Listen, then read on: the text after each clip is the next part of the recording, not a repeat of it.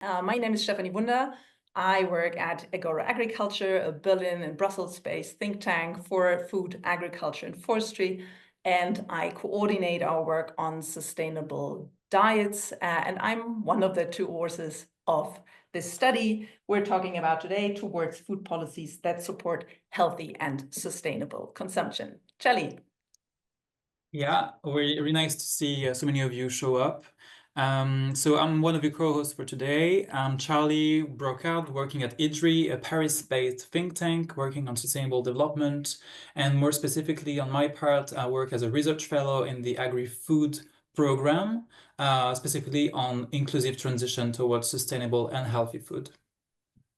Yes, and who you don't see yet, but of course it's super important to mention, this is a collaborative work. While IDDRI and Agora Agriculture are the main authors of the report, we have a fantastic team of 9 other think tanks who contributed case studies to this report, and you'll meet them later, but already a big thanks to all of those who contributed and who are also all in this call today, and we'll also have a session to hear more from them.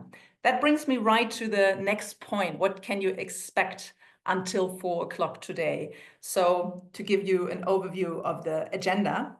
So we will first start with first we will soon have a small poll, but then you will hear in a 20 minutes presentation about the key findings of this report from me and Charlie.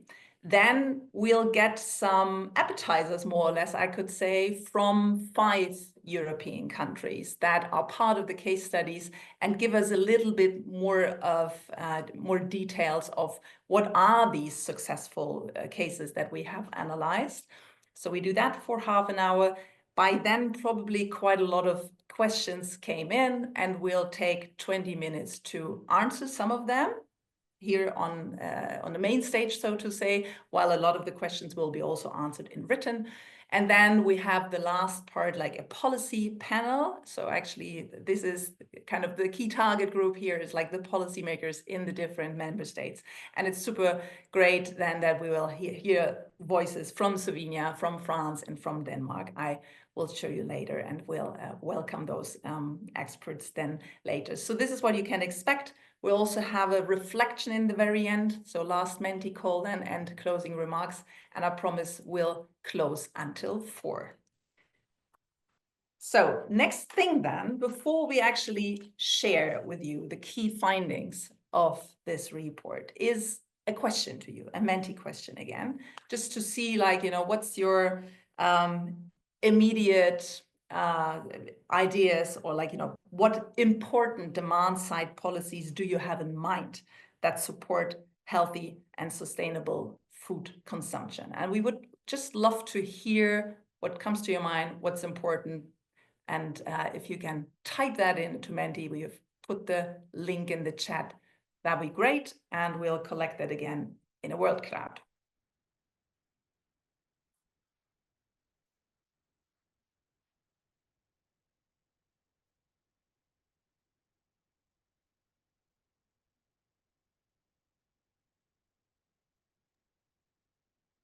That's interesting. Public procurement, obviously, one thing that comes to mind: taxes, marketing restrictions, education, labeling. I see the Nutri-Score, economic regulation. So again, economic instruments, food strategies. Interesting. Yes, that we'll touch upon that as well. Yes, then even like some mention agriculture ETS. So that's interesting too, to see this kind of instrument. Promotion of legumes, so incentives, interesting. So that's, and yeah, still obviously, you know, a couple of things like education, taxes, public procurement seem to feature very prominent. We see also local projects.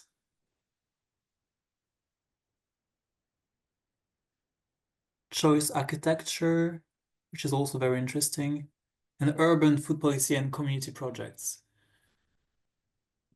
thanks. That gives a good start, actually. Thanks for sharing your ideas. And actually, we will touch upon this variety of instruments.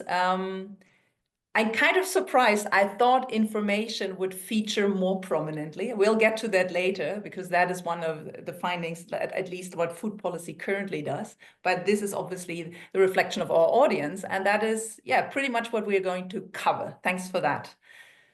So yes, I would love to take you now to the presentation of our key findings. And I would like to start with reflecting with you like why we did this report, if you can share the slides.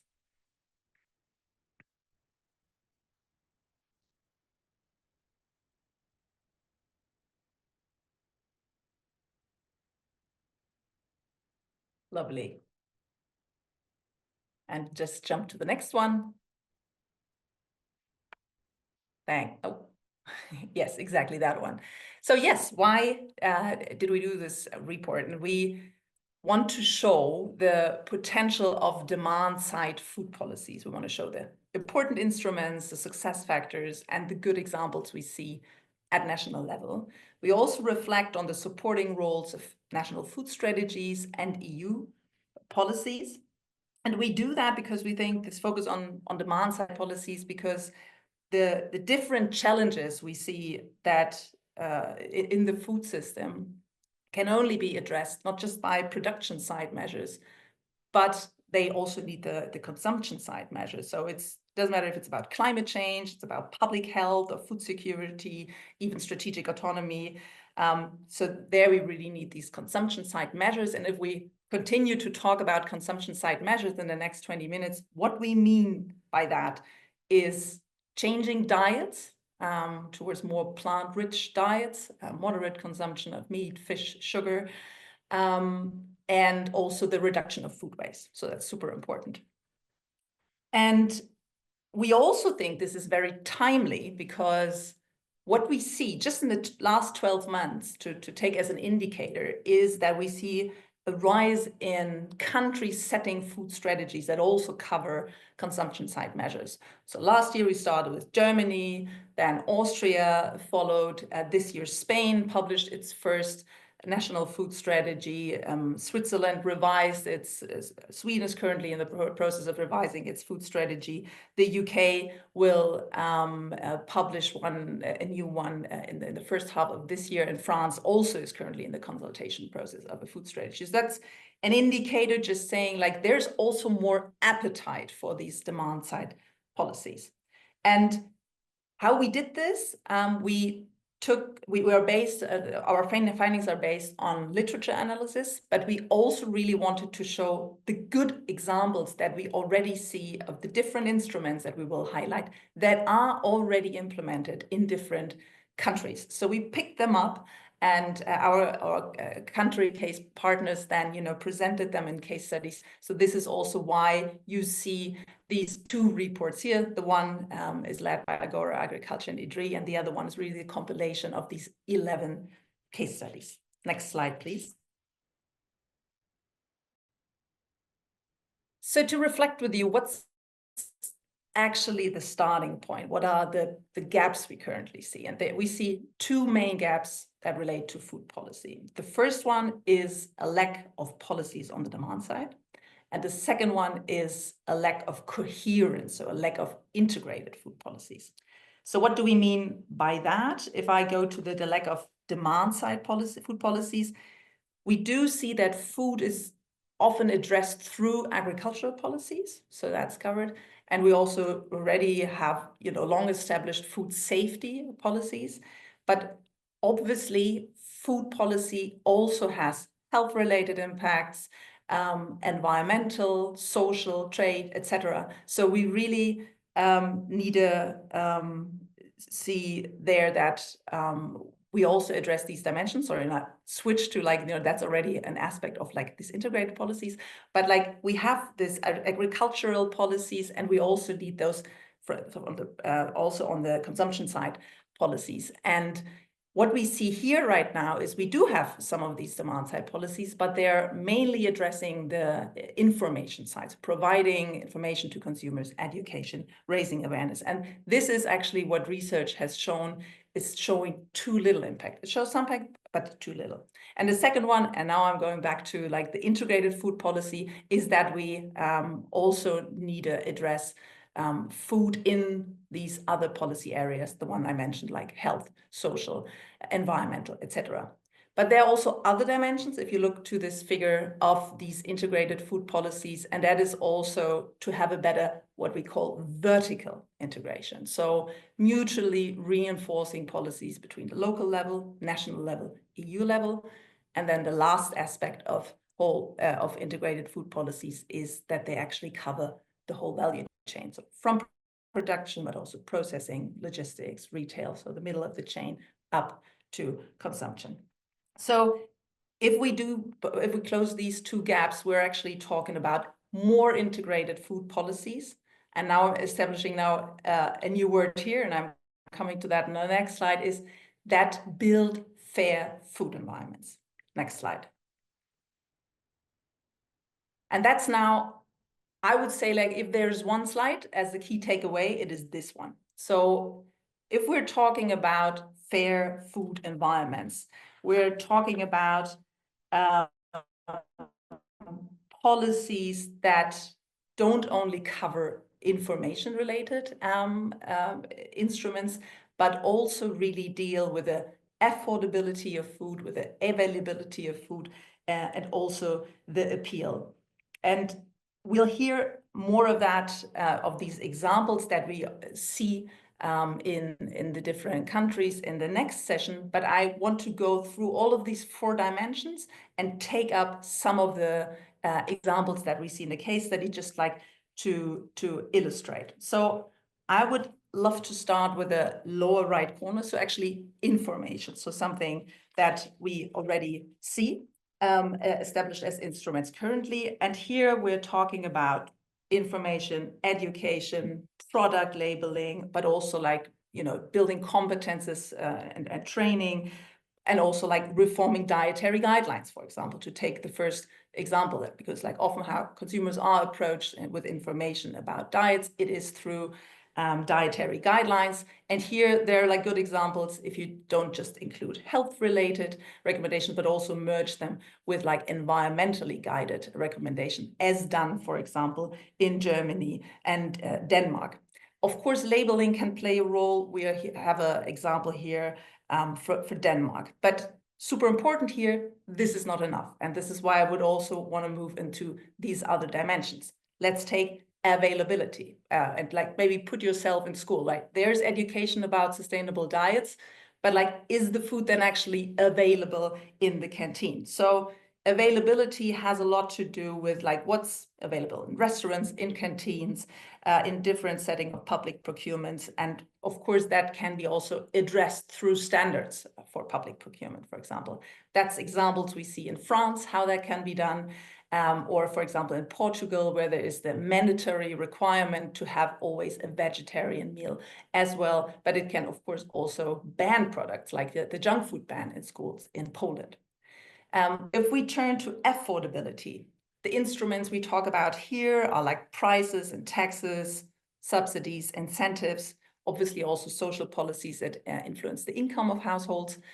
And here the instruments we see, for example, in Finland and Sweden, we have free school meals, also then have sustainability requirements, but like they're free.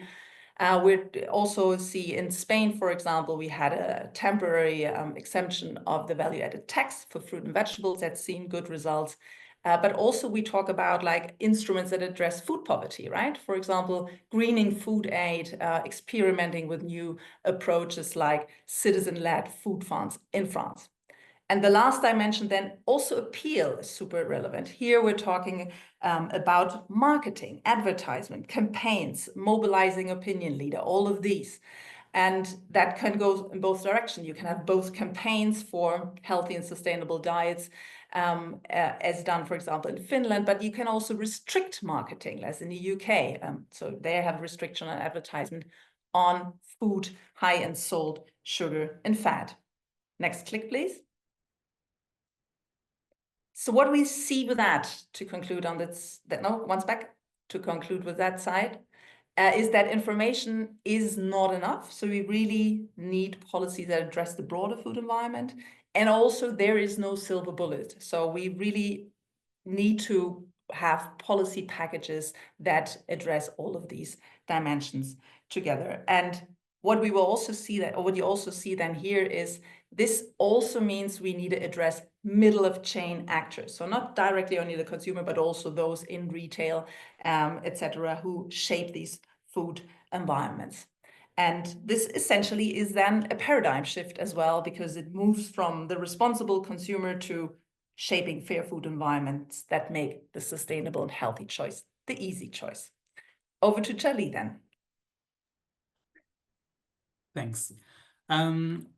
And so you were able to see in the previous slides that we indeed have now a better understanding of what are demand-side food policies and also what are concrete examples of it. But what we wanted to tackle also in the report and in this presentation is the trickiest question, is how can we implement them? How can we elaborate demand-side food policy, implement them, and what are the key enablers in that regard? And I'll try to take you through this part, which is more related to the political dimension of enacting and putting into place demand-side food policy. One thing we know actually is that developing food policy that support changes towards healthy and sustainable diets is often perceived as something difficult on the part of the media or on the part of policymakers. In this report, we therefore try to approach 3 commonly perceived barriers, which appear on your screen now, that are conceived as barriers to the development and implementation of demand-side food policy. Can you click once, Matthias, please? So we have the speech bubbles, or actually twice more. So you can see the speech bubbles, which actually resonate with common thinking around demand-side food policy. And these 3 barriers that I will detail a bit more right after are barriers we see both in the literature, but also we considered them relevant in the case studies that are in the report. Those 3 perceived barriers are: the first one is food policy is conceived as too politically sensitive. So there's a risk of backlash from stakeholders, from backlash from the citizens, and therefore it might hinder demand-side food policy to be implemented.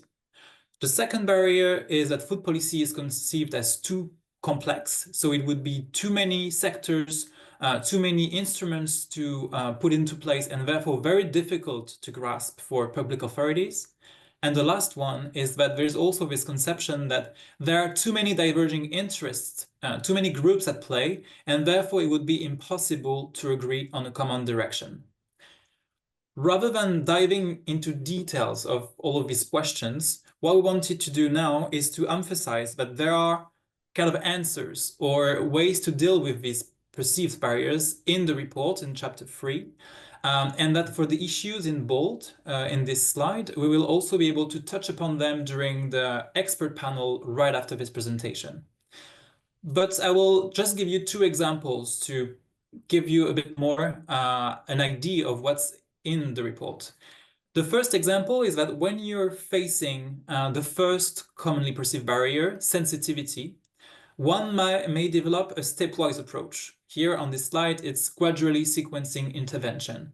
It's the same logic. It is the logic through which you would implement measures like support for innovation, investment, incentives, that help create new coalition in the food system that benefit from these policy changes, who will then help you back the development of more ambitious policy afterwards. And this we'll see also with the Danish case. The second example I want to give you is facing complexity. Well, while facing complexity, governance arrangements within the administration, within departments, but also with stakeholders and with the scientists, for example, might be of great help. And in this case, we'll also learn a lot through the interventions of representatives from Slovenia and France in this policy panel at the end of the webinar. Can you move to next slide, please? And we'll move now to the 2 key enablers. The first enabler is national food strategy. We call them enablers because they are useful for elaborating and implementing demand-side food policy in a context that we know is difficult to navigate. So about this first enabler, well, as Stephanie said at the beginning, we see great developments in the past few years around national food strategy. We see it's quite a dynamic field.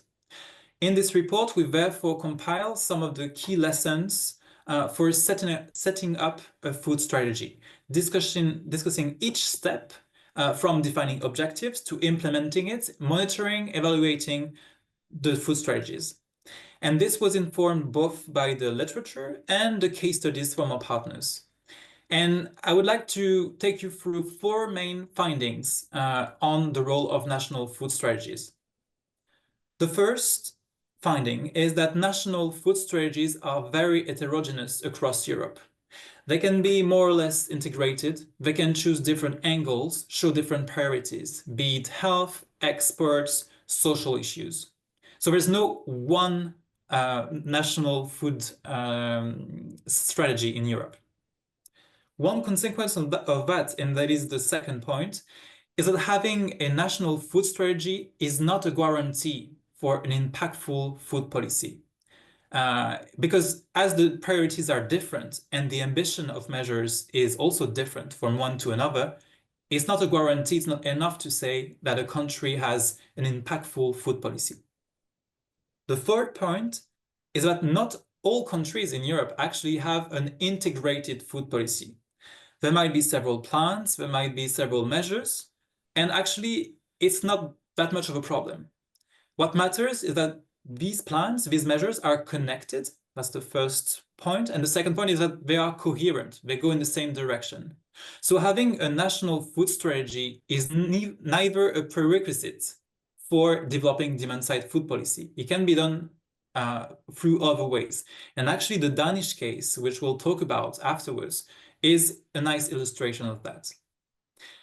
And the last point, and maybe that's the most important one, is that even though it's not a guarantee nor a prerequisite for developing demand-side food policy, what we find is that national food strategies are a helpful instrument anyway, because they offer a space for negotiation on a shared vision and measures. And to that extent, they are helpful also with regards to the 3 commonly perceived barriers we just went through earlier. Can you move to the next slide, please? And we go now to the second key enabler. And I guess you won't be surprised also because we have so many people from Belgium or Brussels in the room. We are talking EU policies. So in this respect, we identified 6 different entry points through which the EU can effectively support action at the national level. These 6 entry points, which you can see now on your screen, are not exclusive. We actually find them quite complementary, but they also correspond to different ways to approach the problem. And we go through each of them. And before doing that, they actually fall into 2 categories. And I think that's something relevant to mention as well. The first category is the thing that appear in purple at the top of your screen. They refer to establishing processes and supportive frameworks that incentivize member states to develop and improve demand-side measures for more integrated food policy. And then the second category is adopting EU-wide regulatory measures, where we find that there is a European level action that delivers particular value, such as, for example, creating a level playing field across the single market. Now, as regards the first category, first approach, which is establishing processes and supporting frameworks, we have 4 entry points.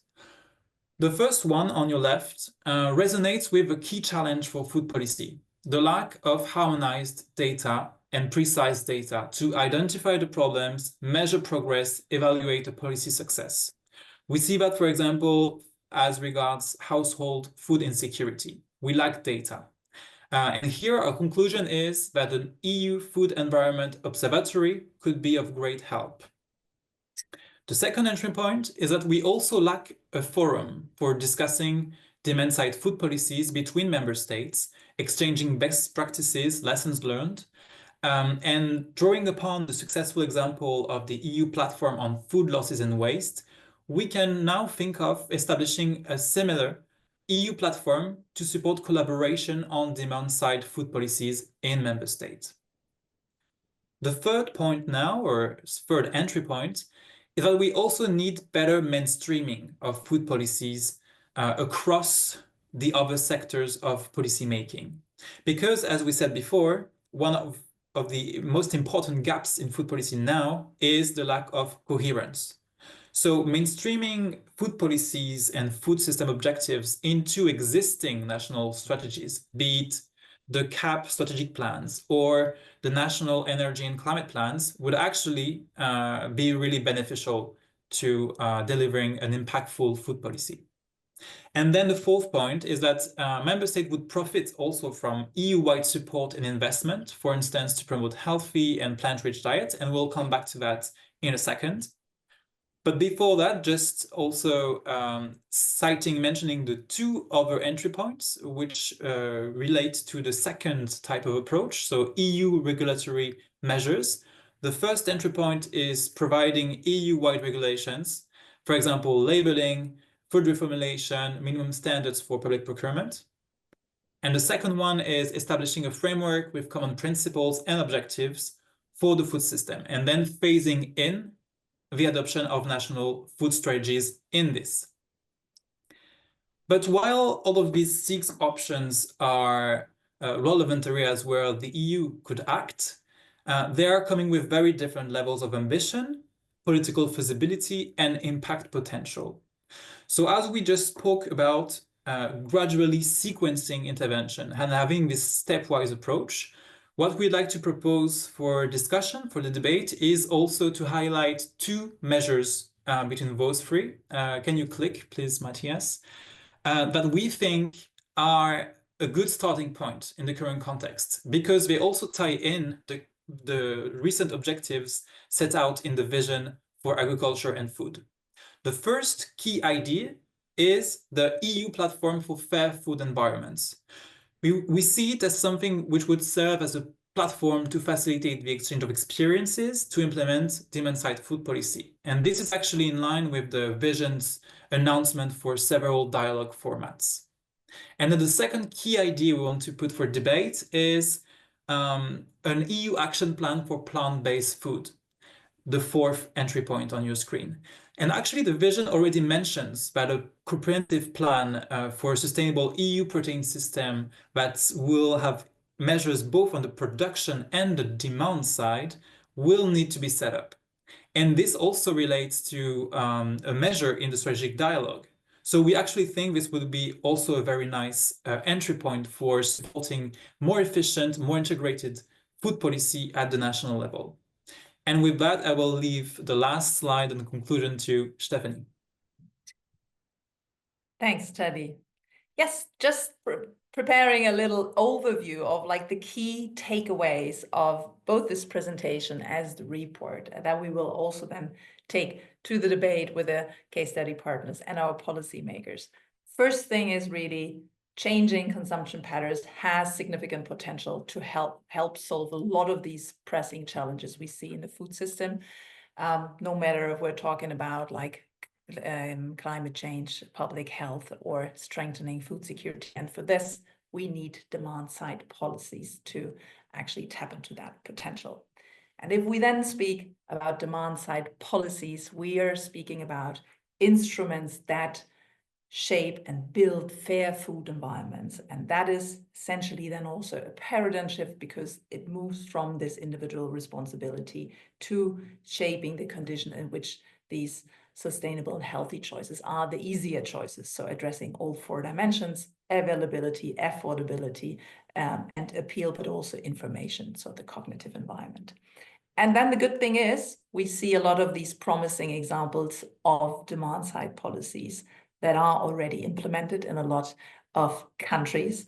And we also want to highlight that there are supporting mechanisms to get these demand-side policies in place. We talked about like the role of national food strategies that are a good tool to facilitate this dialogue across policy areas and across stakeholders, but also the role of EU policy actually to help member states in establishing these better food policies. So that's in a nutshell. Thanks a lot for that. And then thanks a lot also for your attention, because that was essentially the overview of the results of our report. With that, we would love to go to the kind of second block, which is obviously still related, because we're talking here then about this, what we call the sister report, which is a little dive into what we see from the different 11 countries. And for that, I would love to both allow all of our fantastic experts in the 11 countries to switch on their cameras.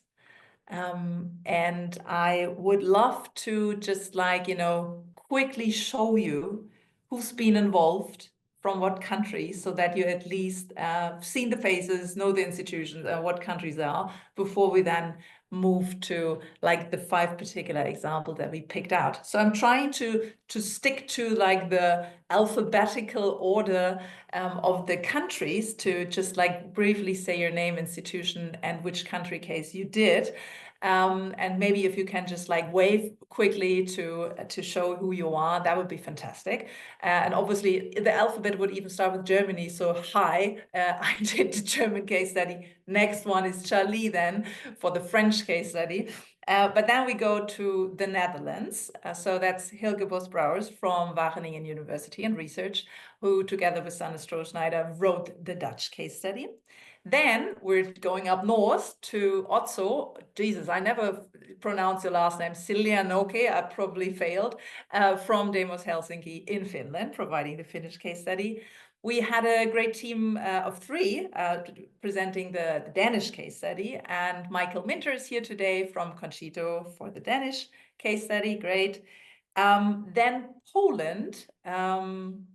And I'm looking on the screen, I've seen, there she is, Adriana Wrona from IZG, the Green Economy Institute, for the Polish case study.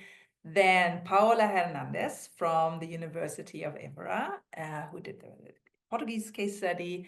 Then we turn to Inma Batala from BC3, together with her colleague Victor, who wrote the Spanish case study. Then Lucas also is here, Lucas Fesenfeld from ETH Zurich, so providing the Switzerland case study. And finally, and we're already outside the UK, not with Switzerland and now the UK, so that's Ben Reynolds, who presented the British case study. Thanks for that. And you can, those who stay with us, so maybe Matthias, you can briefly show the next slide with the overview of all the cases, a table that you don't need to read, but I'm only saying there are so many great cases. So even if we highlight some things within these 11 case studies, in each of them we have covered 2 or 3 interesting instruments. Even from the 5 we will speak today, you will see more in the report. So it's just highly recommended to read, particularly also since it's so dynamic, right? And these are really up to date. So in April, we've seen the Swiss nutrition strategy, and it's in, right? So this is really up to date. Next slide. And yes, and now I really want to particularly welcome our 5 experts who will give us a little insight into their countries. And that's Ben Reynolds from UK, it's Michael Minter, it's Hilke Bos-Brouwers, it's Jonna Wiklund, and it's Adriana Wrona. And we'll do this, and you can switch that out so that we see our faces. We'll do this, we call it a panel, but it will be more or less a little mini interviews to get some of these insights. And I would love to start with you, Ben, from the UK. And the UK is very often cited as an example of progressive food policy, particularly to address the intake of foods that are high in sugar, fat, and salt. And we really wonder, Ben, why is that? And what are the key measures in that regard? And if you can, also the impacts you have seen on that policy. Thanks, Steffi. Yeah, I mean, diet-related issues are particularly prominent in the UK, so it's been high on the political agenda for the last 10, 15 years. Though 2/3 of adults, a third of children are overweight or obese.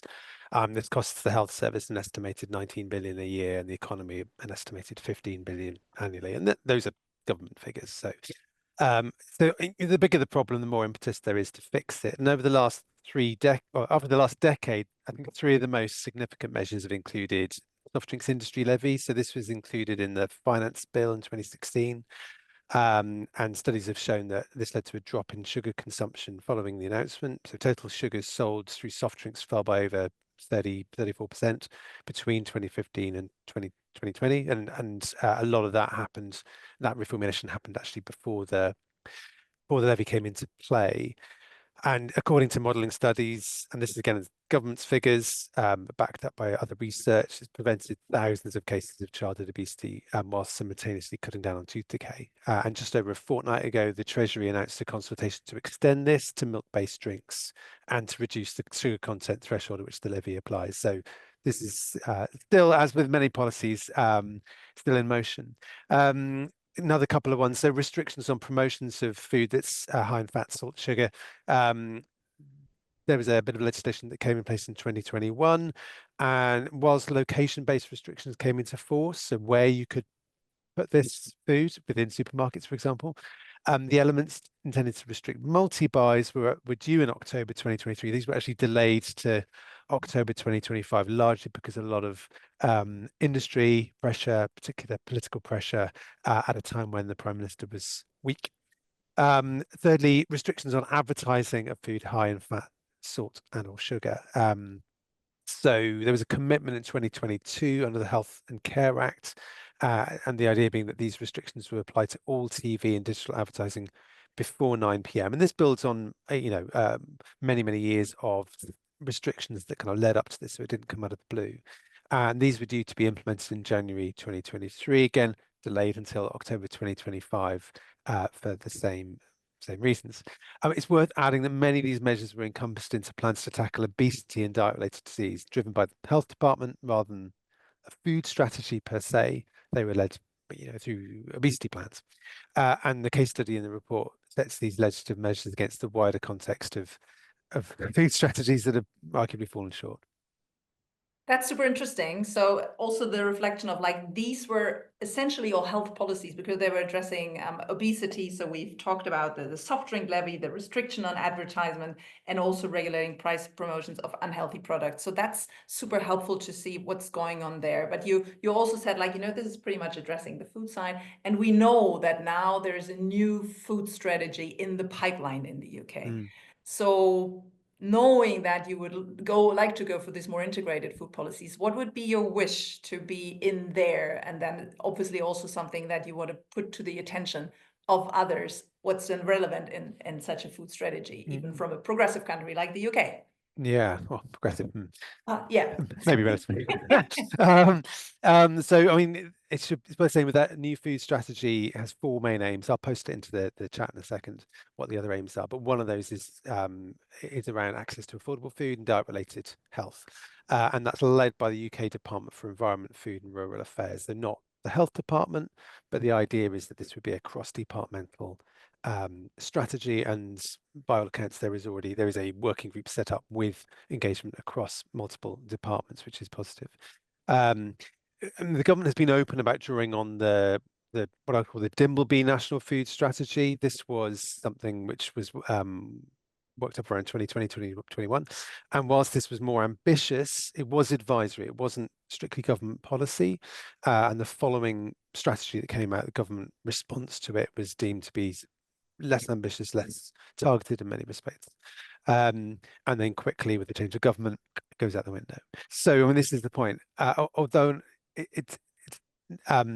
Although the new government has said it's going to adopt much of the Dimbleby National Food Strategy, it hasn't said which recommendations. So whether it go for the sugar and salt reformulation tax, whether it go for mandatory reporting for large companies, or crucially, a food bill. And I think a key learning for us is that unless something goes into law, as with those bits of legislation I mentioned, the impetus for commitments doesn't last. It doesn't last between ministers, let alone within different governments and different political parties. And this is the problem with countless food strategies over the last far too many years that I've worked on this. And as such, a new food strategy event, we'd really want to see that commitment to a food bill, proper food governance, putting targets into legislation, and there's a vehicle to oversee that, and that should ensure the continuity between changes in leadership. And we've seen this happen with other, like the Environment Act in the UK post-Brexit, that has been quite effective at doing that. We need something similar, I think, for food. And really interested in working with other European countries that are looking to do something similar. There's a lot we can learn. Perfect. So thanks for that kind of call for a food bill, put in targets, measures in law, so that like actually food strategies survive to the next legislative period. But also interesting to hear that you have these cross-departmental working groups now and have a cross-departmental strategy. Thanks for that, Ben. And now we hear more from Denmark. So Charlie, what questions have you prepared? Well, actually, this is a very nice segue because we have a very different case in Denmark to what Ben just told us about. Actually, I would like to start with the governance aspect, Michael, because as we said during the presentation, Denmark doesn't have an integrated food strategy, and still we see quite progressive developments, and notably in the field of supporting plant-based diets. So I was wondering, and that is maybe the first question to start with, how did Denmark do not to have a food strategy, but still having this progressive policy, and what is the key, the key point you'd like to get across regarding how can you develop both the production and the demand side at the same time to promote more healthy and sustainable diets? Yes, thank you, Charlie. Well, Denmark have worked on food policies at least since the 90s or something, but the recent development is very much connected to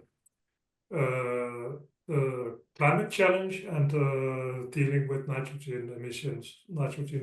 And as part of the 2021 agreement on green transition of the agricultural sector, the Danish government earmarked 170 million euros.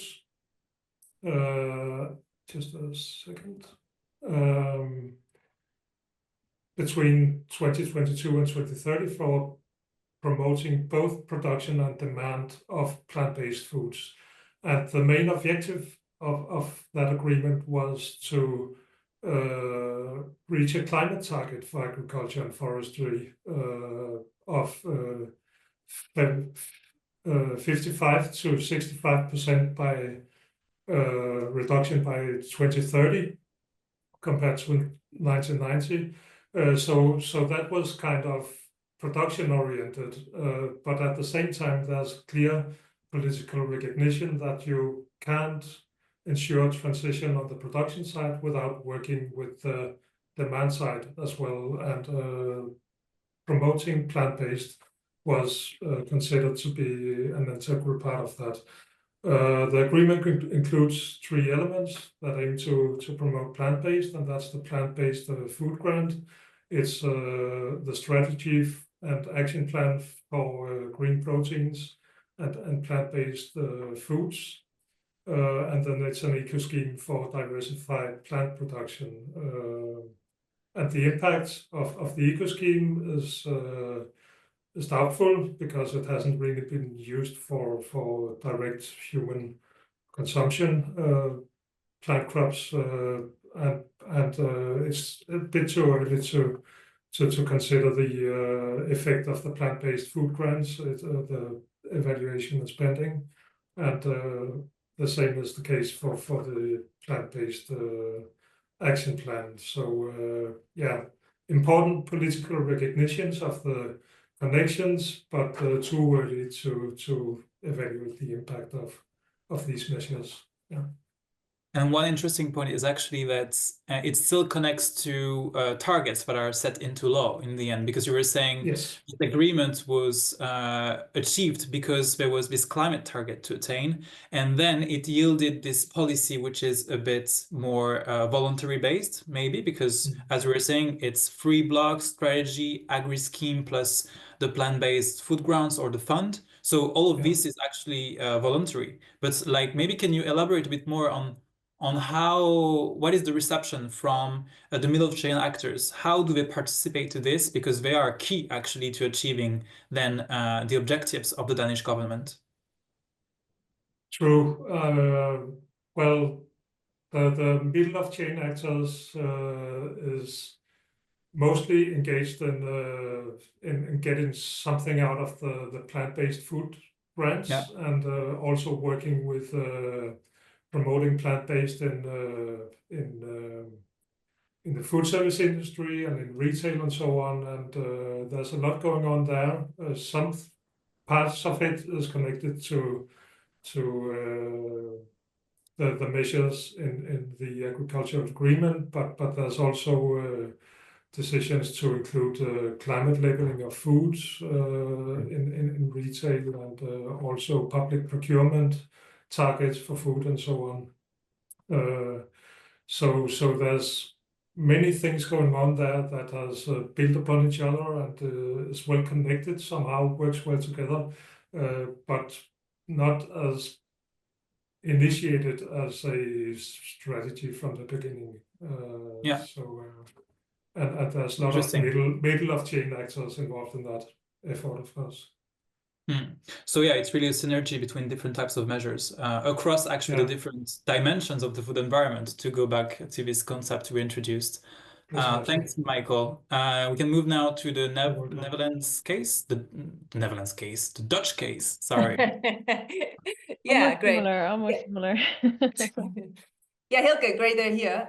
And actually we chose the Dutch example because we identified two key levers in the many instruments that we show, and that is shifting diets towards more plant-rich and also reducing food waste. And Netherlands is quite progressive here, and we're just very interested to know, because you have been quite successful to reduce food waste along the supply chain and have shown particular a lot of impact on reducing household food waste. So we're quite keen if you can share with us like what you were able to achieve and how, and like, you know, what are those listening who also want to do that? What's the takeaway from the Netherlands? Yeah, thanks for the great question and being part of this really exciting policy brief recommendations. But for sure, to go into lessons learned. So yes, the Netherlands have made significant strides into reducing food waste as part of a wider sustainable food initiative, which is basically already has its foundation in the 2009, basically the origin of a lot of talks about food waste, also on the European level. So I'd say a core success factor has been the creation of the Food Waste Free United Foundation. That is an established independent multi-actor coalition. It includes governmental actors, retailers, manufacturers, researchers as well, but definitely also startup companies and NGOs. So really, really widespread. And it's not just collaboration on paper. It's not a dialogue. It's action-oriented operational ecosystem, actually, which has shared goals.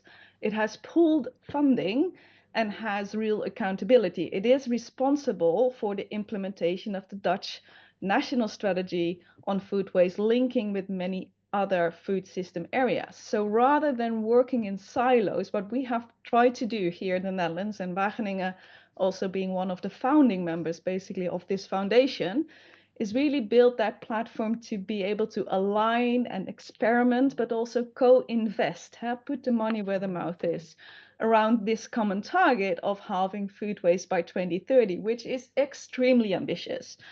We do have seen it's a little bit differently formulated now, but definitely the halving food waste still really echoes and resonates with a lot of businesses here in the Netherlands and hopefully also in the wider area. So one of area where this really has paid off in the Netherlands, as you said, Stephanie, is at the household level, which actually is the place where the largest share of food waste happens. Not only in the Netherlands, this is a common occurrence across many, many countries. And that is not only a moral economic issue, but it is really central as well to kind of imagine how do you turn that around towards more sustainability. Because when you are wasting food at home, you and I do it as well. Remember what you've chucked away this morning, maybe this piece of bread or the molded, yeah, you don't, Stephanie, but most of us are guilty of sometimes throwing good food away. But it's not only that specific food item, but everything behind it as well. The land, the water, the energy, the labor, that is actually wasted. And yes, it might have good destinations, it could be going in bioenergy, whatever, but the fact of the matter is the good food has been lost. So it is a systems issue and very deeply human as well. And its solution, although it is simple and everybody recognizes it, it is complex. So we took that into an approach that is evidence-based, science-backed, and action-oriented, and behaviorally smart, because it's really hard to change behavior. So we did put in a lot of effort for the foundation to create this measurement environment. We created this method to really keep track, to really have details on what's there, where it is, and how we are doing over time. So really to hit the hotspots of action. And we really focus on consumer engagement. So we don't blame the consumers because they're people just like you and me, but we want to support them to change the way of helping them. So we want to have practical items, could be fridge tips or campaigns about how you can cook waste-free. There are a lot of apps in use, retail messaging, but we want to make it easy, relevant, and empowering. So it's not hap-snap and haphazard, it is concerted and aligned. So we have those waste-free weeks where we devote specific attention to them, which have an enormous outreach. Really millions of Dutch people are able to encounter the food waste-free activities for the households, but that continues over the year. And the approach has worked. So we've seen in the numbers, because we have been tracking that we have been, no, not we, the foundation, but we together as the Dutch, have reduced the household food waste by almost 30%, starting from the 2010s up till now. So it shows that change at scale is possible when you do have this right ecosystem in place. And then on the second part of your question, Stephanie, because you asked me, hey, how can others learn from this? And it's not only a hallelujah story, and we realize that, but there are a couple of things I would like the others to take away from this. So firstly, the investment you do in creating multi-actor partnerships that break silos really make it happen. Because food waste, as any systemic thing, is not one actor's responsibility. It's a shared challenge, and it needs shared ownership, shared partnerships. And those unlock the trust, the speed, and the innovation that you cannot achieve by yourself or with the most beautiful policy you can imagine. So a household should also not be sidelined, because it really needs to happen there where it's most normalized, the food behavior at the home. And it is really taking that people-centric point of view that helps there. You do need the scaffolding around it. You need to have the clear targets, the noses in the same direction, and really allowing for local solutions there. And that really helps to build that resilient and all those other beautiful words there.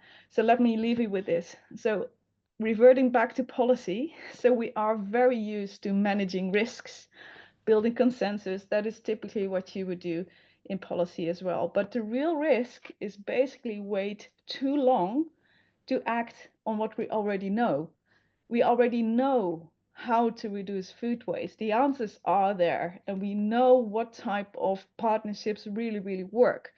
We don't necessarily need new pilots or new research. Well, sorry for being from Wageningen, but we kind of figure out already out what works. But it is really the courage we try to also invoke with this policy brief, with the work Wageningen is doing, that scale is needed, even when it's not perfect. So hopefully that really leads into more action from policy at this point as well. Thanks.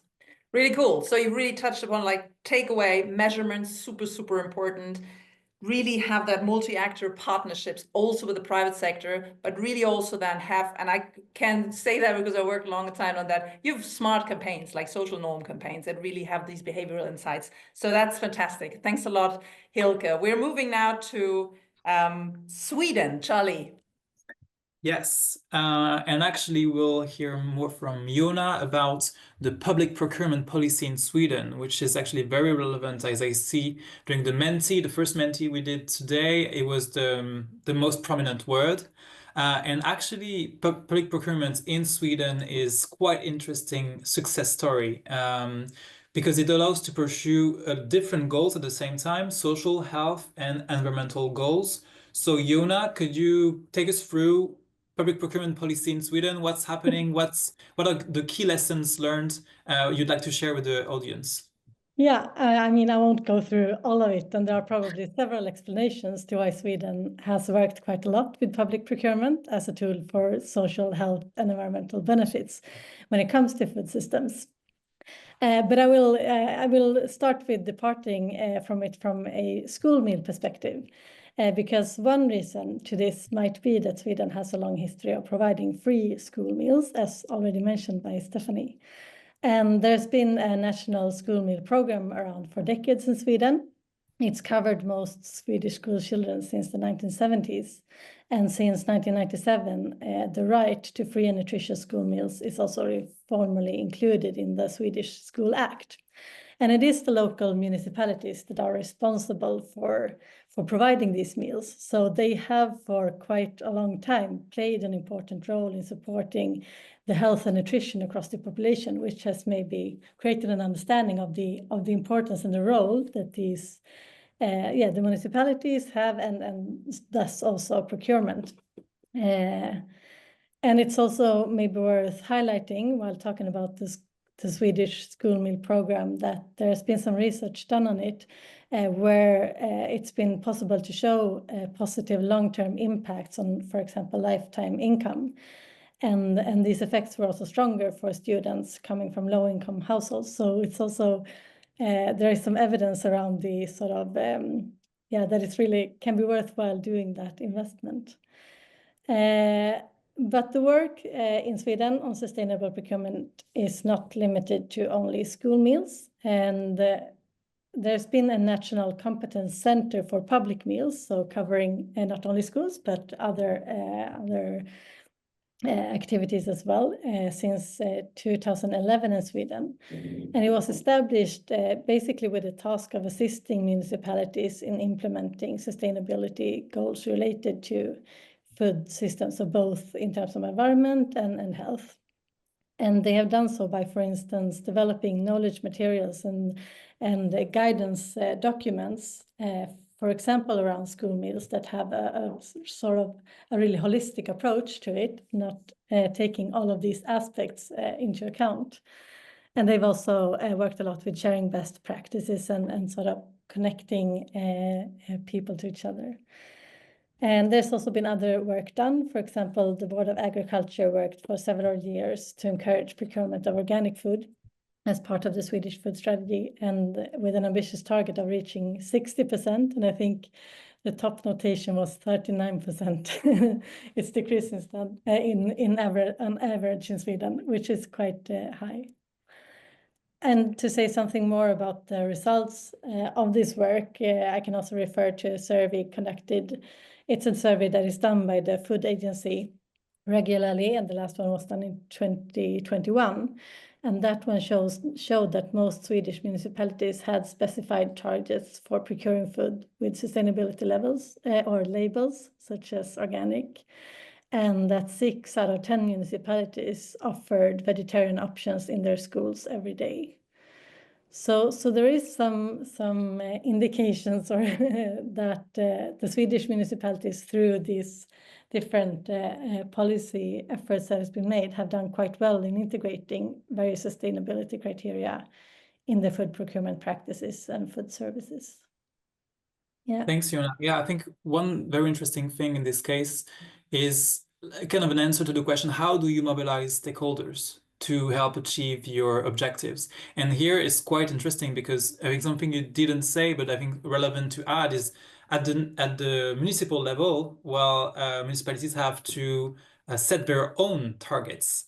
And that is quite different from other countries, at least from the French context, for example. So I think it's quite interesting to see that with this competence center you mentioned, and with, I guess, also effective collaboration across scales, well, Sweden was able to attain this amazing number of 39% of organic in the public procurement, because I say amazing because it's really unique at European scale, and also collaboration with stakeholders, as you were saying, with this Board of Agriculture work. So I think these are really interesting takeaways from your case. And now let's move to the last panelist, Adriana, for the Polish case, and we'd like to talk more about social policy and food poverty reduction. It's actually one of the key aspects also of demand-side food policies, because we said one of the key dimensions is affordability, and affordability is both about the price and the resources of households.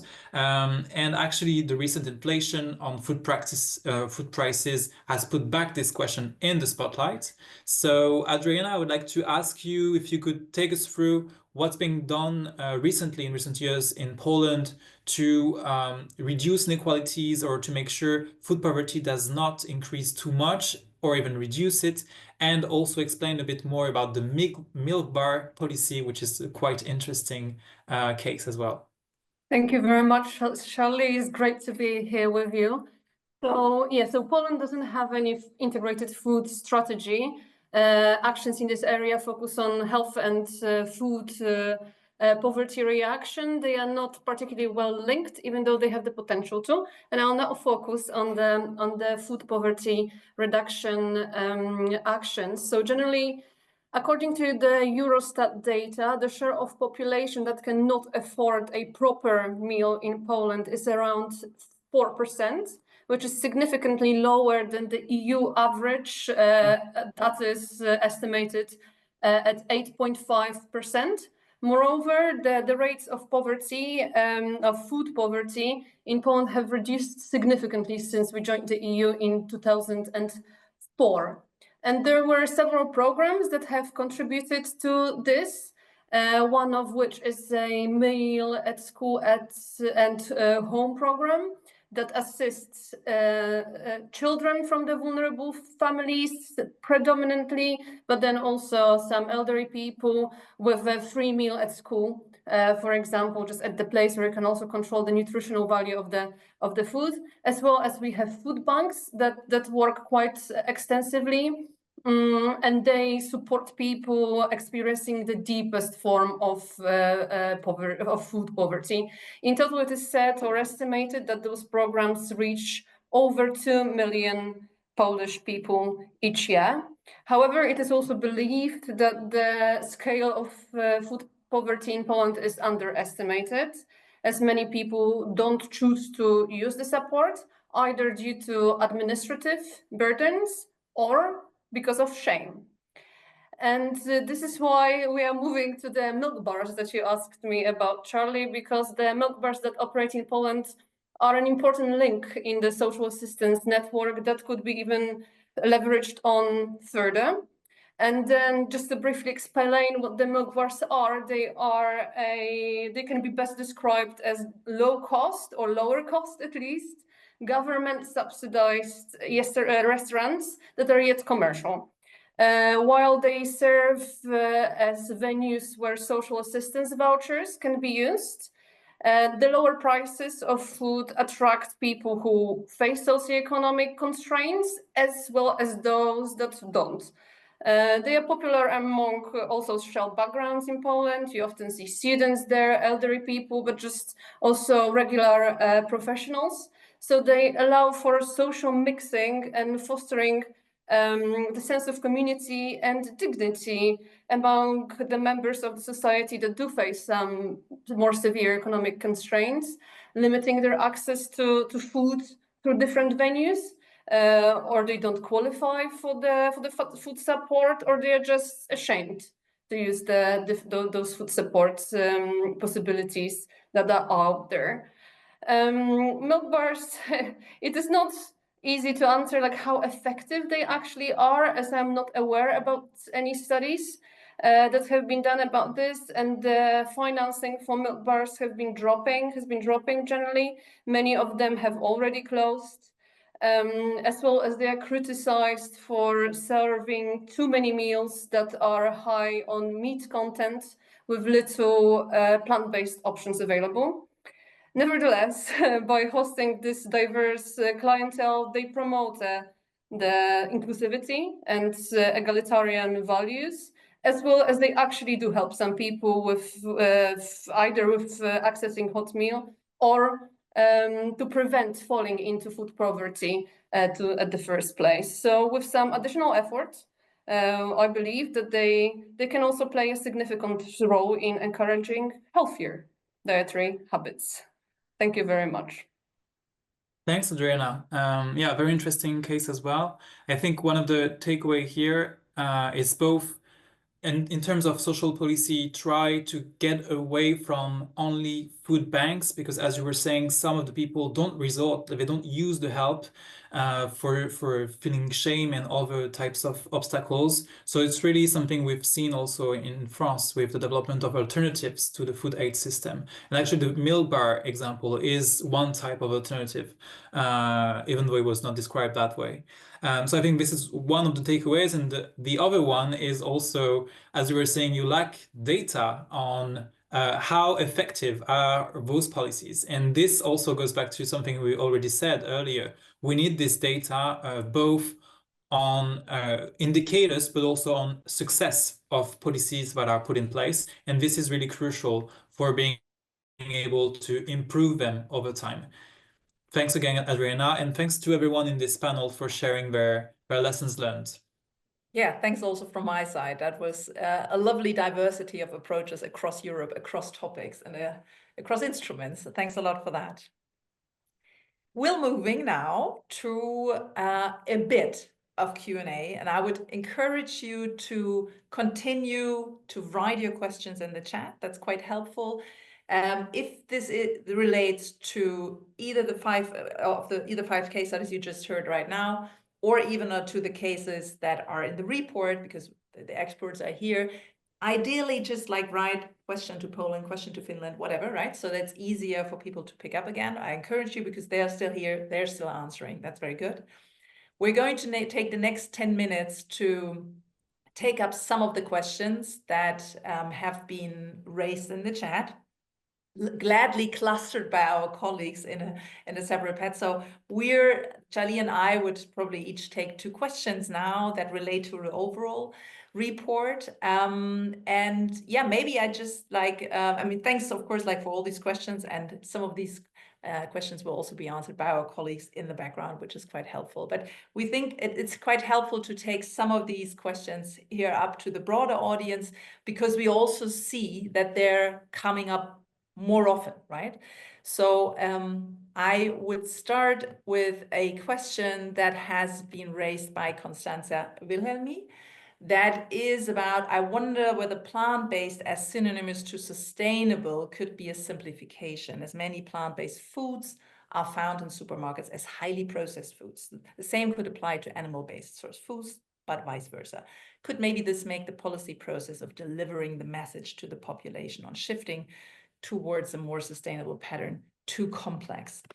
And the aspect I would like to address from that question is, we do not say sustainable diets are based on processed plant-based alternatives to animal products. That's the first thing. So we're really talking about diets that are in line with dietary guidelines. So they are rich in fruit, vegetables, legumes, nuts, and they are about moderate consumption of meat, fish, dairy products, and sugar. So that's super important. So it's not about like particular products. So that is one thing that is super important for us. But given the current dietary patterns that we see, it is a key element to raise the share of fruits, vegetables, etc. Also, alternative products will play a role. Often dietary guidelines don't reflect them yet, but they are also an important part. But just like to say, you know, and also the whole question of sugar, as we heard from the UK case, for example, and, you know, plays a super important role. And then to the, you will see in the report that we haven't touched particularly upon the whole question of processed food. And here we'd rather stick to, like, let's look at the nutrient profiles. Yes, a lot of ultra processed foods have, put the other way around. Ultra-processed foods are often high in sugar, salt, and fat, and these are the problematic products that should be low in consumption, but there's no general problem with processing foods. So that is the two things we would like to emphasize also for the general audience. Charlie, over to you. Yes, so another interesting question I wanted to touch upon. Wait, okay. So it was asked by an anonymous attendee at some point during the conversation. The question is, to what extent has the failure of earlier or previous efforts been taken into account in your work? And they reference the EU organic strategy that has many successes, but is a long way from the 25% goal EU-wide. I actually find this question is really interesting because one of the things we've seen regarding strategy to promote organic food is that generally they are production oriented. And I mean, if you take the example of Denmark or Sweden, it might be different because they put in place already quite early in the process, since the 90s, a policy that is both on the production and the demand side. But this is actually quite an exception. And across Europe, in the rest of countries, and also in the measures that were planned by the EU organic strategy, it was mostly production oriented. So that actually plays well into what we were trying to show you today, that if you fail as a country to put in place efficient demand side food policy, but are able to make the sustainable choice the easy choice, because this is what we're talking about when we talk about promoting organic food. We're talking about making organic food more available, more affordable, and more appealing also to all consumers. And if you're not able to play on those different dimensions and to propose measures that touch upon those 4 dimensions of the food environment, then of course it is very difficult to attain objective. And by the way, this 25% objective is also production oriented, because we're talking about land surface. And actually, this is something we see now in some countries. There are also consumption objectives that are now set for organic food, and not only production or surface objectives. So I think this is really one of the key takeaway of this webinar is you need to tie in demand side policies with the production policy in order to move forward.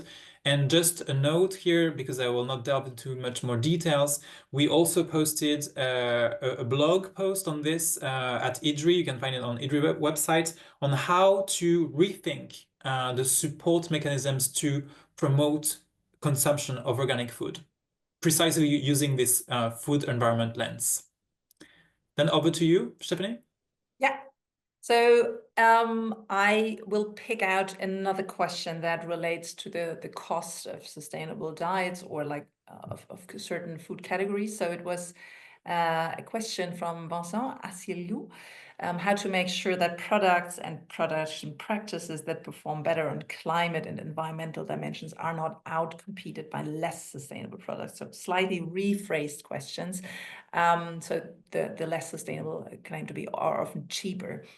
So I think this question is quite relevant due to a number of reasons. And actually, you know, thinking about the cost of food and like what instruments do we need to have actually equal access to healthy and sustainable diets for all is such an important dimension, and then highlights again that we need this mix of policies. And one thing is the regulation and the standards we see applying for food production is obviously super relevant here. If you remember the first bubble, the first word cloud, If we're thinking, for example, about an emission trading scheme for agriculture, then things will change. If we think about how taxes are currently designed, coming from Germany, I could, for example, say, like, you know, how different we have a subsidized tax for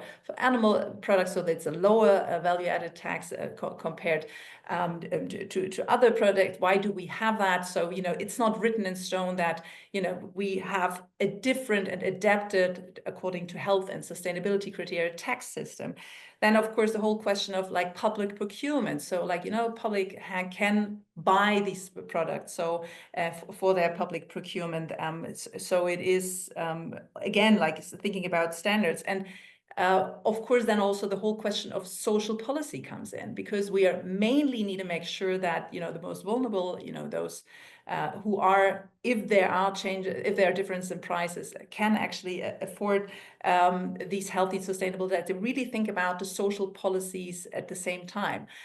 So we're not obviously like showing like this is how it can be done, but again, it's a super relevant question to make sure that we have equal access to healthy and sustainable diets, and that we need the variety of instruments to do that. And that you even mentioned like trade imports, you know, that even goes to this question of like integrated policies, integrated food policy, that even go up to trade policies. And last question, maybe to you, Charlie, to take up one more. Yeah, then an EU-related question. So we also keep connecting the different scales. A question from Henk Westhoek. I hope I said the word right. In terms of laws, wouldn't an EU framework directive be needed to provide more stimulus for member states to really act in terms of food sovereignty, as well as the presence of a healthy workforce, as well as environmental? Couldn't this be important? So what I get from the question is a direct connection to a piece of legislation which was proposed by the Commission a few years back, now 2 years already, which is the Sustainable Food System Law. And the food system law was actually something quite interesting. And we reflect a bit on this in the report, because we say one of the key entry points that we propose is to develop a framework. What we say is, however, a bit different than the way the SFS was proposed at first, because what we put in the report is that we need to move on the framework itself, so really agreeing on common direction, principles, and we also make the connection to having the EU supporting national food strategies. What we do not put in this entry point, which is about this framework, that was in the initial SFS proposal, is also connected to real policy tools. So I guess an answer to your question is, of course, we would need a framework, but we also need policies. So in the current political context, it's maybe, as the vision has already set the priorities of the European Commission and the European Union for the coming years, it's maybe best to work with what's already there, while keeping, like continuing to say that we need a framework in the end, and this is what we're saying, but also working already with what's at hand. And what's more at hand is, like, I mean, the two different entry points we highlighted at the end of the presentation, which are this EU platform for fair food environments and the EU action plan for plant-based food. And there are actually more reasons to believe that these two entry points are more politically feasible, and they are actually a really good, interesting starting point for then continuing to develop demand-side food policy, keeping it high on the agenda, and really moving incrementally towards developing more efficient food policy. Thanks a lot. So that was my response. So we at least managed to take up these 4 questions. We'll still go through all of them, but yeah, first of all, just like very much appreciated to your reflections and your questions, even if we can't answer more here now. But what we will hear now is from, well, the experiences from Slovenia, France, and Denmark in actually shaping food policy. So I'm really, really glad if you can share the slide. And of course, if Anna, Erwan, and Mats can turn on their cameras to welcome you to this last part of the session, which is the policy panel. So actually talking to those people who are shaping food policies in their countries. And that's Anna Fredi Larsen from the Minister's Cabinet of the from the Ministry of Agriculture, Forestry and Food from Slovenia. And we have Erwan de Gavel. Oh my Jesus, my pronunciation is not good either. It's really good. You better do. Head of unit in the Ministry of Agriculture and Food Sovereignty. It's really good, great to have you here. And then we also hear from Denmark, from Mats Frederik Fischer Møller, who is a senior food policy advisor, Danish Ministry of Food, Agriculture and Fisheries. So complaints to pronunciation later then, please, or let's correct me if I'm wrong. So yes, we brought some questions to all of you. And of course, we're also curious to hear, since you've seen the report, like also, you know, because we're kind of providing a guidance more or less here, you know, what are the important points, what are important instruments, also to reflect on that. And similar as we did with the experts, we would love to have these kind of like mini interviews with you to hear the different aspects actually. And yeah, it's really great to have you here, Anna. That's essentially, you know, representing a country that I haven't covered in our case studies. And we also think it's super relevant to, you know, take the view to more like Central Eastern Europe and what's going on there. And so it's really great that you agreed to be here. And the issues that we thought it would be super interesting to talk with you about is we also talked about the need for food and nutrition strategies in the webinar so far, and of course also in the report, and of having these food strategies with a more integrated perspective. And in Slovenia, you do have a long established strategy for nutrition, also physical activity. That's coordinated by the Health Ministry and is currently updated. So we were wondering what you can say about the success of this long-standing strategy and what other actions beyond this, like, you know, further developing and you're taking in Slovenia to get to a more integrated food policy. Yeah, thank you very much. Well, first of all, thank you for the invitation and for organizing the webinar. I think it's really timely and very helpful for us in the context that we're finding ourselves in. So as you mentioned, we have a nutrition strategy. The first national nutrition program was actually adopted already in 2005, and it was then expanded for 2015 to 2025 to also include promotion of physical activities. So that's important to keep in mind, that we're already there is a degree of integration. And this, so the strategies basically involved cross-sectoral coordination between ministries at the level of state secretaries, and then also we have working groups at the technical level. The policies were really motivated by a very worrying trend, which is really the need to act on childhood obesity, which had increased fourfold from 1990 to 2010, when we had some meetings, intersectoral meetings, and we were talking about goals. Basically, several people said, "Oh, if only we could go back to where we were in 1990," because really we had healthy, much healthier population than we do now. So this growing recognition of the disease burden associated with changing diets and declining physical activities really. Ministry of Health and National Institute for Public Health really need to be acknowledged that they brought these issues forward on the agenda quite early on, especially given their available capacities. So we have 15 years of experience with that and several demand side measures that were put into place. Recently, then we also had a strategic food council appointed by the Prime Minister, which added public visibility and further increased conversations. Unfortunately, at times these became too polarized, but still there's growing awareness around the need to address food consumption in relation to health and also sustainability, and also sort of recognition of the need to integrate demand supply side. So where are we? What sort of impacts can we see from this strategy? Certainly we've seen, for example, decrease in salt consumption. We've seen decrease in sweet drink consumption, especially also among youth. For example, compared to 2010, we had 44% of 15-year-olds drinking daily sweet drinks. Now that's dropped to 15%.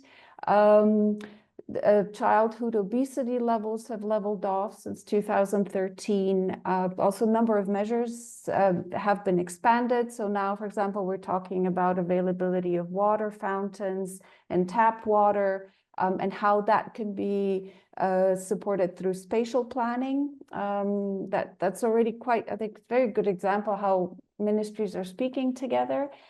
We also, for example, we've historically had a good network of school kitchens. 80% of our schools have their own kitchen, but dietary guidelines have been updated for schools. And now we have the goal in 2027 that we'll have free school lunches for pupils regardless of socioeconomic status. So several, you know, the work of the Ministry of Health and then bringing in us on board has really paid off in the number of measures we have, and also already some impacts that we see in terms of health indicators. And this improved collaboration has really been very helpful. Also because despite the positives, we really realize we're not where we would like to be. We both increase in ambition and the integration of agri-food and nutrition policies, both to fully reverse the negative trends, including childhood obesity, disease burden, but also to counter sort of the ongoing pressure so that the situation doesn't even worsen. So we really need more win-wins between public health, environment, climate, and of course, agricultural sustainability and economic goals. And we need to better align the policies, especially because we've made some shift towards food environments away from individual responsibility, but not enough yet. And especially we haven't, I think, considered the different aspects of the food environments that you so nicely pointed out in your report. So what are we doing? So we have two strategic processes. You mentioned already that this update of the nutrition strategy is ongoing. This is coordinated by Ministry of Health for the next 10 years. What's interesting, I think, is that it's not just about food environment, it's also about physical environment for physical movement. And we are bringing in the issue of sleep and securing enough sleep now as well. So, and this is intersectoral, coordinated by Ministry of Health. And our ministry is preparing a long-term vision for 2040, focused on both agriculture and food. And our website just went online today, actually. We're currently in the process of preparing baseline and scenario analyses. We're bringing the public health aspects here. We're doing expert interviews. We'll have a representative survey of farmers also, and then in the fall we'll have a dialogue. So these two processes, because we've had this collaboration before, because there's also contacts established, people know each other. Now it's really, with these two processes, it's really a lot easier to work on integrating because it's more technical. We know each other. There's some trust built up already. So we're really looking forward to and very hopeful that we can identify the proper win-wins and then align the policy so that in the end, even though we have two documents, these are well integrated and effective. So that's where we are. Yeah. That's a super interesting reflection, and it touches upon so many things that we just mentioned, and I still find that very fascinating also, how nicely you've shown what you already do in terms of like integrating food policy into areas that are often not addressed, right? I mean, and you nicely made the point of the water fountains and spatial planning, then a nutrition strategy that even includes sleep, right? And so like laying out like how many different policy areas there are and are relevant, and your first good steps of actually bringing these stakeholders actually together, and how important it is also to bring it on a personal level, being able to speak to each other, and then also this integration of supply and demand side measures with these two strategies that will follow hopefully then in the same direction. So that's great to hear. And still at the same time, we know there are always challenges. So what are actually the challenges you still see to get through this more integrative food policy, if you can share that one more thing with us? Yeah. So first of all, I think I'd really like to emphasize the importance of capacities. So both in terms of the number of staff working on the issues, but also securing a legal mandate for coordinating across sectors. And in terms of the knowledge. So understanding, appreciating the need for integration, appreciating the need to work on food environments. This is all still new, right? It's not something that can be taken for granted, that the knowledge is there and that the staff that can work on this is there. So staff capacity knowledge is an absolute must and a starting point. For us as a small country, we're 2 million population, having the same level of staff in public administration as Germany, Denmark, richer countries is impossible. So we really need to look we need to be even more effective, and that sometimes is a challenge. So anything in terms of also how to organize the governance, how to get the processes to avoid unnecessary reporting, to really like streamline, optimize processes, that's an ongoing challenge. We also find it difficult to avoid polarization. We already have quite a polarized political environment, unfortunately, in Slovenia, and that's, I think, it's increasingly the case also elsewhere. So how do we move forward without getting locked into separate camps? So there's this art in communication and in planning, you know, and somebody from Netherlands mentioned shared ownership and trust. So how do you do that? That is not easy, and I hope we can make a move in the right direction as we're going through these strategic processes. So quite concretely, based on these challenges, what I think would be really helpful is, I'll give an example. Our Ministry of Environment has been running a 7-year life project on mitigation, and it was paid time for staff. It was an organized process that allowed them to work on mitigation aspects from different sectors and different sectoral perspectives, and to work on integrated solutions. We have a similar project starting now on adaptation. I personally think that it would be awesome and really very needed to have something like that for food policies. So if, you know, I don't know, life can't be expanded to food, but some other similar mechanism could be put in place to support, especially countries in Central Eastern Europe. I think it's easy to forget in the Western bubble that we have different resource restrictions that you might not have in France, Germany, Denmark, Netherlands. So that is definitely, I think, points to the need for some support from the EU as well to make that step forward. And so in terms of financial support, maybe for projects, but also in terms of this platform that you mentioned, in terms of learning from each other, this could be very helpful. Here again, I would appeal that this isn't something that just takes place in Brussels, but maybe it's a moving show, a traveling show, because language barrier, especially in terms of reaching not just the people in administration, but having the impact of that moving and spreading through to the ground, that could be really helpful. Maybe also around how to mobilize, maybe Committee of the Regions could do something on mobilizing local governments. They play a huge role in Slovenia in terms of public procurement at schools. So just some examples of what could be really effective. But again, it is so helpful to have a document like this to take into hand and to share around, get it machine translated, whatever. So thank you very much for doing this work. Thank you. Great, thanks, Anna. And thanks also for this reflection on like where the barriers are. So this crucial importance of capacity building, having a right number of stuff, particularly challenging for a small country, the knowledge, the funds available, how projects can also help to set up processes that otherwise wouldn't work, could also be EU supported. So there, this aspect was super helpful. And also, like as you said, like it's still tricky to how to avoid polarization. So that is something that we'll take with us. I know that Mats will share a bit about that later. So super thanks, Anna, for that reflection. Very, very helpful. We're moving now to France. Let's go. Road show. You said, Anna, traveling show.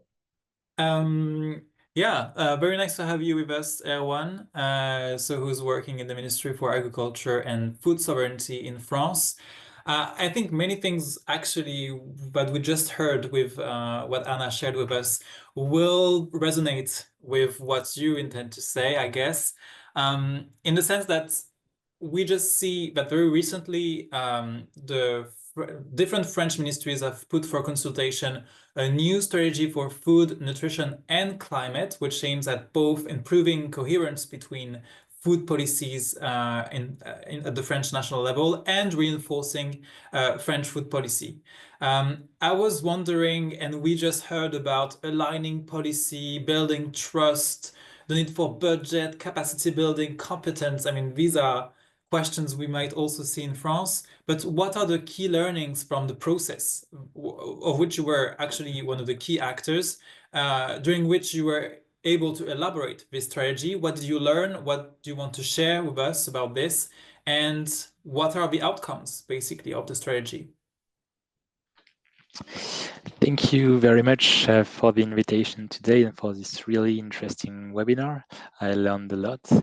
So first, about this strategy, we should remember it stems from a proposal in 2020 by the Citizens' Climate Conventions about strengthening the climate ambitions of the French food policy. So as a consequence, the government therefore chose to introduce this strategy into the law in order to define strategic directions to take into account economic, environmental, health, and social issues.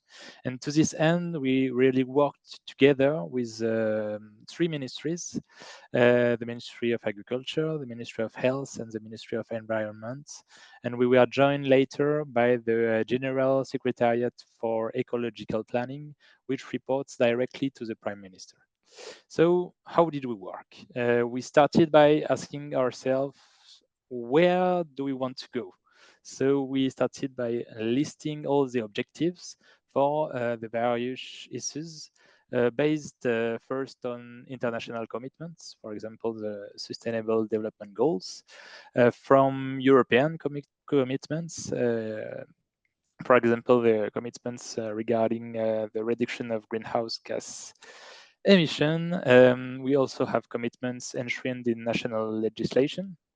For example, we have one regarding food waste, and we also have commitments in a lot of national strategies, and for example, the dietary guidelines of the National Health and Nutrition Program. So all of these objectives, often with figures, it has given us the framework we are aiming at by 2030. So we know how the direction in which we want to go. And then we had to ask ourselves how to get there. So first we mapped all the various food-related plans and strategies at the national, regional, and local level. We have 2 major plans, which are called the National Food Program and the National Nutrition and Health Program, that include the majority of the actions, but there are many thematic plans that include 1, 2, 3 food-related actions that we had to map to have the whole picture. And then we asked the National Food Council, which brings together all the stakeholders in the food ecosystem, to issue each year 1, 2, 3 thematic opinions on different subjects in food. We asked them to work on a summary and on a prioritization of the recommendation of their previous various opinions. And we asked the same to the High Council for Public Health, which brings together experts on public health.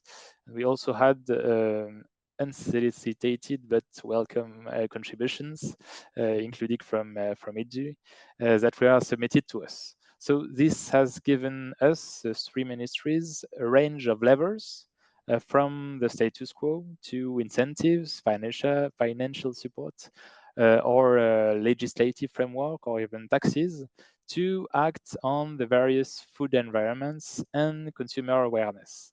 So this has been the basis of the interministerial discussions to determine for each objective the most relevant lever, or levels sometimes, to mobilize in terms of economic and environmental, social, or health impact, also taking into account legal feasibility and acceptability. So this is how we did it. First, ask ourselves where do we want to go, then how, and then decide the lever to mobilize. So this strategy is now out for consultation with the public and with 4 consultative bodies in order to obtain feedback from citizens and for all the stakeholders on the relevance of the levers identified to achieve the objective and to adapt the strategy accordingly. So once published, it will provide a common framework for all the operational plans involving food-related actions, and therefore all the directions will be specified with the additional level of detail, a timetable, daily variables, and indicators. So this will ensure the coherence of public action on food up to 2030 on a national scale, on a regional scale, and on a local scale. I think in relation to what Anna just said, and thanks a lot, Erwan, for this first answer. In relation to what Anna said, one important thing in your case was that you had this mandate to work with the different ministries given by the law. Because, as you said, this task to elaborate this strategy was enshrined in the law, and then you were able to say, okay, then what do we do, and how do we make sure we have a coherent approach, because there were already a lot of things going on. So I think this is one very interesting thing. Also, Ben earlier for the UK case touched upon this. We need a securing kind of legal framework in order to act.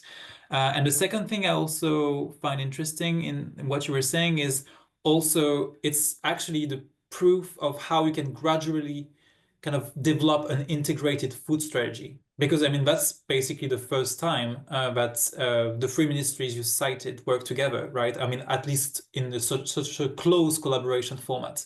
And I think it's interesting to see that, well, it was gradual, it was step-by-step approach. And before this year, before 2025, we did not have such an overarching document that was kind of based on the work of different ministries. But that leads me to a question to precise a bit more some of the measures in the strategy, because an interesting thing we notice when we read it is that there is actually this mention of improving the quality of the food and nutrition environment in France, and that some of the measures behind this axis or this objective actually target directly the middle of chain actors. And as we said earlier, it's really crucial to move away from this responsible consumer narrative and to be able to mobilize all actors in the food system. So I would be interested if you could tell us a bit more. How do you make sure to mobilize middle of chain actors, and particularly retailers, as they are such a big player in the food system? Yes.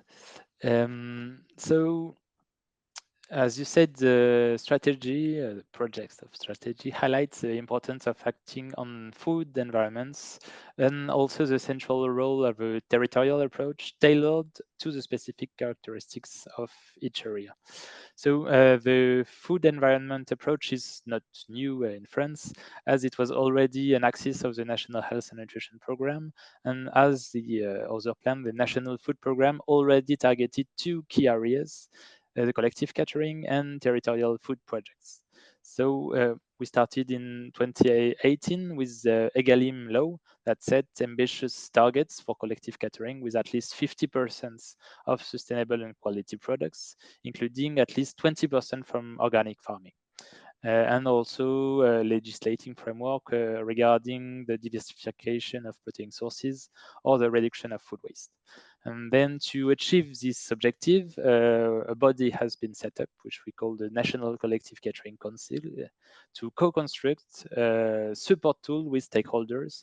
And we made the digital platform, which is called MyCantine, to make these tools available and to collect data to monitor this policy. So collective catering was thus the first sector to be targeting with a systemic approach to food. Why this sector? Because the majority of collective catering is the responsibility of the state or local authorities, because school catering is a place where pupils learn about food and diners. And and finally, because diners are captive, they have little choice. So that's why we did it first. But collective catering only represents 10% of consumption occasions. So this new strategy aims to extend this systemic approach to other sectors, such as the food industry, retail, or food service. So a first lever for action is collective agreements aimed at improving the nutritional quality and the sustainability of processed products.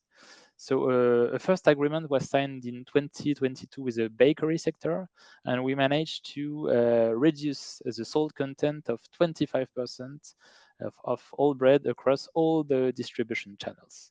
So the aim now is to extend these collective agreements to reduce salt, sugar, and saturated fatty acids content in all the main contributing sectors, while including a sustainability component in these agreements. Second lever is strategy is to make the levels of sustainable and quality products in retail and food service transparent, so as to be able to co-construct a trajectory with these stakeholders and to identify with them the actions to be implemented to achieve this trajectory.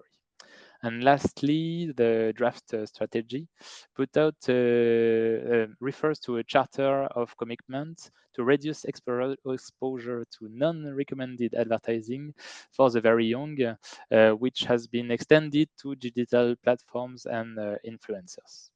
So this approach must also be applied as closely as possible to the local areas. And this is why what we call territorial food projects are at the heart of the local strategy, the strategy's local implementation. So these are based on a diagnosis of a territory's agricultural and food issues, often at the initiative of a local authority and involving all food-related stakeholders. It's leading to an action plan to find local solutions to local problems. So we aim in this strategy to increase the financial support for this project while ensuring that they are systemic, they are linked to other local policies, and they are able to monitor and report on their impact. So as you can see, the aim is to act across the entire food chain at the national and territorial level, integrating environmental, health, social, and food sovereignty issues by combining regulatory and incentive level in co-construction with stakeholders and by involving all relevant ministries. Thanks a lot, everyone. That actually really resonates with what we presented earlier, connecting scales, connecting sectors, and also maybe starting with the easy part, as you were saying, starting with the public procurement and then kind of building expertise, building competence to then apply this same kind of recipe to other sectors. And we actually are a bit behind schedule, so let's move directly to the Danish case and policymaker here, Mads. Thanks for being with us. Yeah, thanks a lot. So really great to have you here. So hearing from Denmark the second time, as you said in our first conversation, like, you know, people often say like everything's possible in Denmark. So what I would like, just like time-wise, then also merging both of the questions to you. We heard already about the different policies put in place in Denmark to support the production and demand side. Measures for plant-based foods. And at the same time, we also see this has been possible with a really large bipartisan support of like 98% of Danish members of parliament. And so one key question for you is if you can share with like How was that possible? So that's really the question we see. And the second aspect that you can also merge into that is, we all know that Denmark will have the council presidency at the second half of the year. And we could imagine that some of the reflections you have, like what needs to happen, is also something you will take into your basket of things you plan for the presidency, if there's something you can already share, Mats. Yeah, so thank you very much for this, and also thank you very much for a very good report. I hope to be able to share it with my my Minister of Food and Agriculture soon, especially on the European recommendations. I think what you highlight on food policy being sensitive, complex, many interests, that makes it hard. That's also what makes it incredibly fascinating, interesting. I've been working in demand-side food policy my entire career, and I love it. And it also makes it so that once you break through, you can really get a lot of traction. You can really get a lot of success, and you can have these spiraling effects where, oh, this works. Oh, then we go for this. Oh, that works. Oh, then we can. And suddenly you are in a political environment where what used to look impossible now seems entirely possible and fascinating, and let's get going. So hopefully I can, that's a little bit of the explanation to why this is possible. I think we've had great success in promoting organics, and promoting whole grain foods, and promoting other sort of having product specific promotional partnerships or category specific promotional partnerships. That's the word where we didn't go out and say, well, we need to eat less meat because that's politically toxic, but going out and say more plants, that's very viable, and that's a message that a lot of people can stand up to. So once we had a climate election similar to what we heard from France, we have all these targets. We do have a citizenship who expects agriculture to lower their emissions. Well, more plants seem to be a good avenue to progress in. And then we make these action plans, an action plan. You could say that the Danish approach is not strategic as much as it is mission driven. So you say, okay, let's say if we go for low greenhouse gas emissions, we'll have a mission that is get more plants. Then we make an action plan, and then a lot of people buy in. And then the Danish political atmosphere is so that usually food policy is made with a wide variety of buy-in. It's never, ever, hardly ever, anyways, small majorities. And that meant that this action plan has a little bit of the very left socialist buy-in and a little bit of others, and that doesn't really matter because everyone gets a little bit of their core lovely fun thing, and that just gives us a variation of transition paths. So as long as everyone's agreeing, well, plants, we can't disagree that plants are great, then everyone gets a little bit of what they would like to see with plants.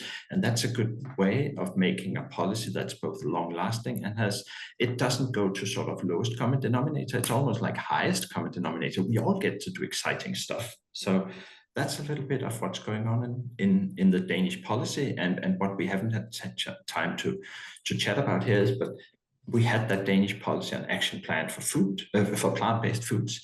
That also led to the fact that once we now have a big reform of agriculture, actually then demand-side policy and more plant-based foods is part of that big reform of agriculture. So now plant-based food can be one transition path towards the new, more vibrant, more business-friendly Danish agricultural sector. So suddenly from developing these small niche things, we suddenly have it as part of a strategy, but it never started as a strategy. It started as a mission that then became part of a strategy. So a recommendation there is go with where the energy is. Well, the energy was with climate, and then the solution was more rather than less. Okay, how can we then build a policy that actually really gets business excited and move in the right direction with business? So that's sort of a quite a different Danish approach.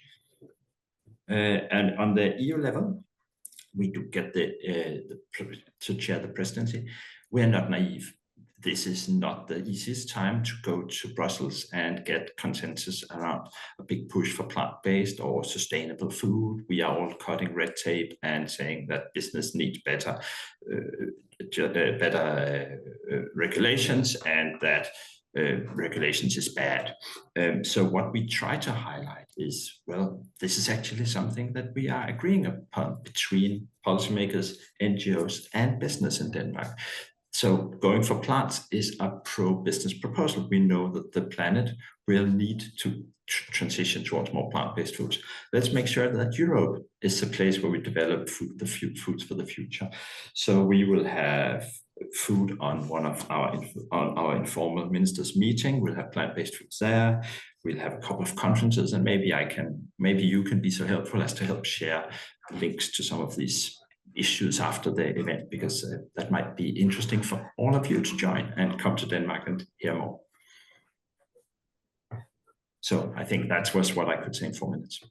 Perfect. Thanks a lot, Mats. And I also very much, I mean, it was great to hear about like focus on the things you can agree on. I actually even loved your wording. It's like not about the lowest common denominator, it's the highest common denominator. So that's lovely takeaway, and how that can nicely tie in with an agricultural reform actually to kind of make these supply and demand sides policies coherent. And yeah, we're now curious to see what's going on in the second half of the year. We also like to take up your kind of call for like, you know, network further on these issues. So that's really great. So that really brings us to an end. Thanks to the 3 of our fantastic panelists. That's fantastic.